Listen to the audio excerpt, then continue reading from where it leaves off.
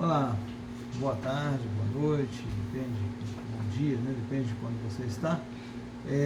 Eu estou aqui para falar mais um pouco sobre a Covid-19 brasileira e fazendo algumas análises numéricas que eu fiz com um método que eu expliquei nos vídeos anteriores. Bom, hoje a gente vai pegar então esse índice, um índice de contágio exponencial, que foi o índice que eu tentei criar nos métodos anteriores, nos vídeos anteriores, e vamos fazer algumas comparações no caso do Brasil e de outros países. Então, meu nome é professor Cláudio Manuel Gomes de Souza e eu agradeço então todos os contatos que nós tivemos. Nós estamos aqui tentando apresentar mais uma vez a análise numérica para a Covid-19. Como eu apresentei da outra vez, o que a gente tem aqui é a curva logística, e a curva logística, então, ela é digamos assim, um resultado também similar àquele que tem aquela curva em forma de sino, né, que seria a curva normal, ou a curva de Gauss. E eu fiz uma aproximação no início de cada país, quando ele começa então a ter os primeiros casos.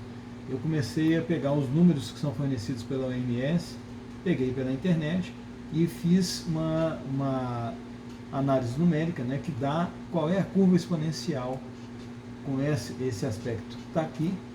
E esse φ, então, seria o número que aparece na exponencial, que é o número B, multiplicado por 1000. Esse número, então, vai aparecer aqui em diversas aproximações que nós vamos fazer aqui. Bom, por exemplo, nos primeiros vídeos, eu acabei mostrando para vocês que esse índice, eu vou chamar de índice de contágio exponencial, o nome que eu tentei associar a esse φ, né? Nos primeiros 26 dias da contaminação que houve na China, esse φ deu 224. Na Itália, nos 26 primeiros dias, tinha dado 214. E nos primeiros vídeos, eu estava mostrando para vocês que no Brasil, os 6 primeiros dias, o φ tinha dado 318.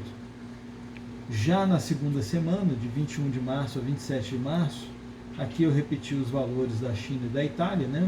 Porque eu usei os primeiros 26 dados obtidos tanto da China e da Itália para comparar com o Brasil. E o Brasil, até o número que correspondia ao 13º dia, até o Brasil 13, então esse número que está aqui, que eu vou chamar de registro, ele corresponde ao número de dados que eu estou tentando pegar daqueles registros da Organização Mundial da Saúde. O Brasil conseguiu melhorar, olha, nas primeiras 2 semanas, conseguiu melhorar o índice, né? Então significa que nós tivemos bons resultados aí com relação ao que o Ministério da Saúde fez, com as tentativas que foram sendo construídas pelos próprios estados, pelas próprias pessoas, né? Então, o conjunto de ações que nós fizemos deu um bom resultado, né? Baixou esse índice φ.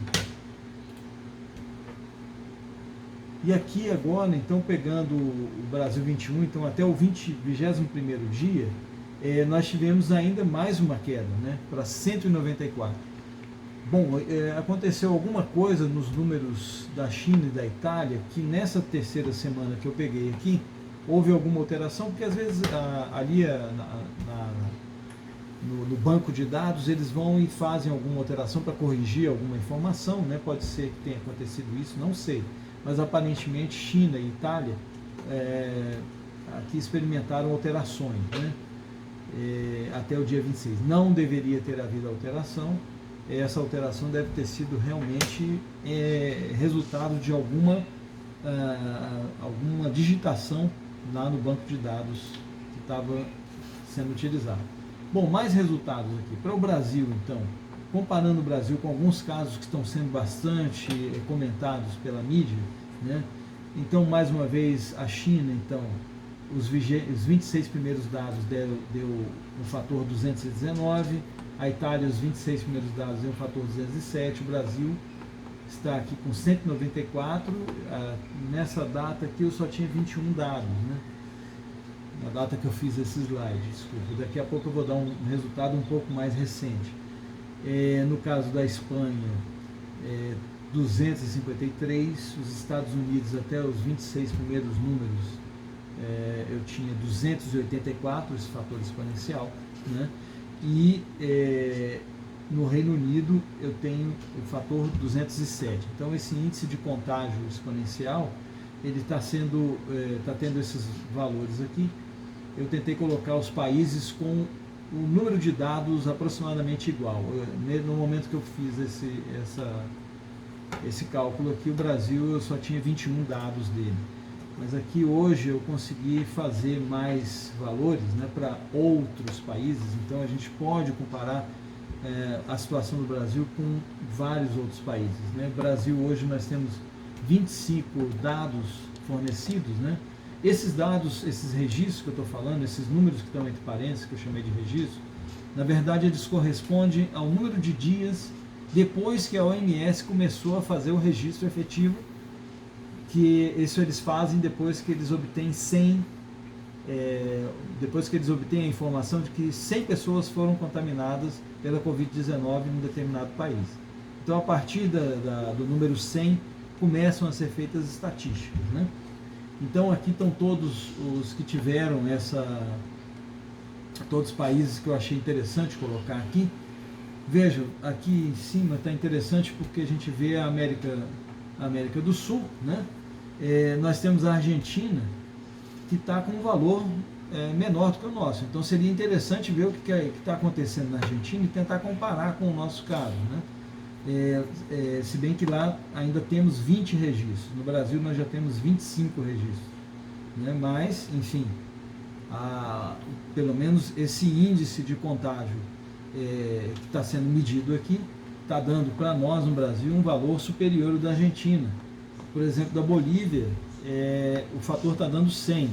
Também seria interessante verificar o que está acontecendo. Talvez tenha o problema da subnotificação também, que deve estar acontecendo esse problema em diversos países. Inclusive, gostaria de relatar que no Brasil talvez esteja acontecendo um número de subnotificações muito grande. No Chile, nós temos aqui 149, né, o fator, o Equador 137, engraçado que o Equador está tendo problemas sérios, né, com relação às pessoas que estão sendo contaminadas. Agora o Uruguai está de parabéns, né, está dando um fator 6, inclusive ele está dando um show aqui em diversos outros países. Eu não acredito que no Uruguai a gente esteja tendo uma baixa notificação, ou seja, subnotificações. Eu acho que lá realmente a própria população, o próprio governo tem conseguido bons resultados. Nos Estados Unidos nós temos aqui 238, um dos maiores números que tem aqui, acho que é o maior, inclusive, né? Então os Estados Unidos, apesar, nos 37 primeiros dias deles, estão experimentando agora um fator exponencial muito grande. O Reino Unido está com 185, que é próximo do Canadá. A França conseguiu abaixar bastante, né? O problema parece que reduziu lá. A Espanha ainda está alta, 193, né? A Itália reduziu bastante também, a 139. Então nós estamos vendo aqui que diversos países, né, apresentam o Irã 109, que o Irã inclusive foi mencionado como sendo um local muito perigoso, né? Mas em termos do índice exponencial que a gente está trabalhando, o índice exponencial relacionado ao contágio, ele está dando até um fator bem mais baixo comparado a esses outros casos aqui. A China hoje, né, com 81 registros, ela já conseguiu chegar no fator 85, né? Tá, de parabéns. A Ásia, aqui tem um detalhe interessante. A Ásia 81 e a Ásia 67, por que a Ásia 81? Essa Ásia 81, ela inclui a China, por isso que o fator dela está dando pequeno.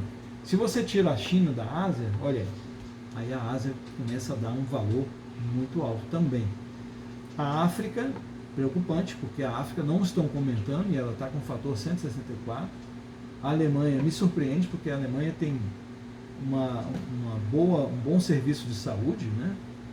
E lá você está obtendo um fator 183. Então temos outros valores aqui, interessantes de outros países, né? É interessante ver que Grécia, Finlândia e Japão estão muito bem, né? Interessante que o Japão, o pessoal está comentando muito que eles estão temerosos, mas o fator deles está baixíssimo. Então, no caso do Japão, o que a gente pode imaginar é que as pessoas lá sempre tiveram o costume de usar máscaras. Então, quando acontece um problema desse, todos lá devem estar usando máscara, né? Provavelmente é esse o resultado espetacular que eles tiveram aqui. A Finlândia também, a Grécia também com um bom lado. Então, seria interessante vermos o que é Finlândia, Japão, o que está acontecendo lá, Grécia, no Uruguai, né? Tentar entender um pouco melhor o que está acontecendo.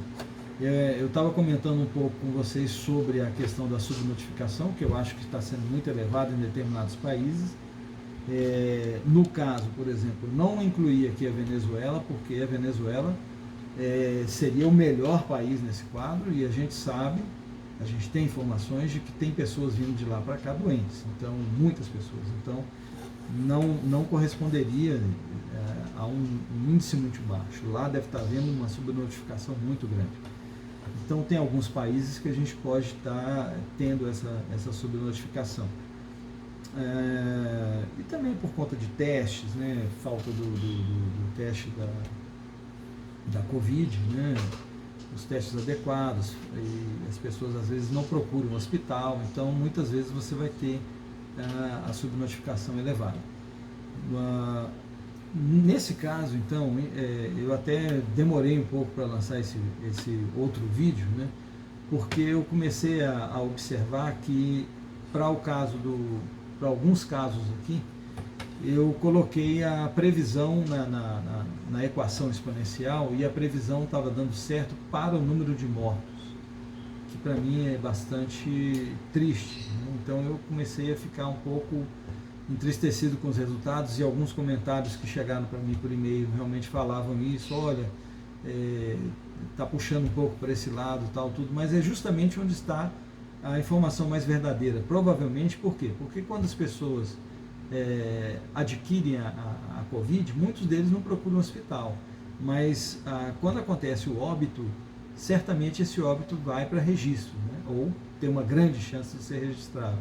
Então, nesse caso, o número de óbitos vai ser provavelmente uma curva mais verdadeira de ser estudada, né? Então, eu acho que eu vou modificar um pouco o estudo do número de notificação de pessoas contaminadas pela Covid para o número de óbitos, para ver o que acontece. Então, no próximo vídeo eu devo tentar fazer essa colocação, ok?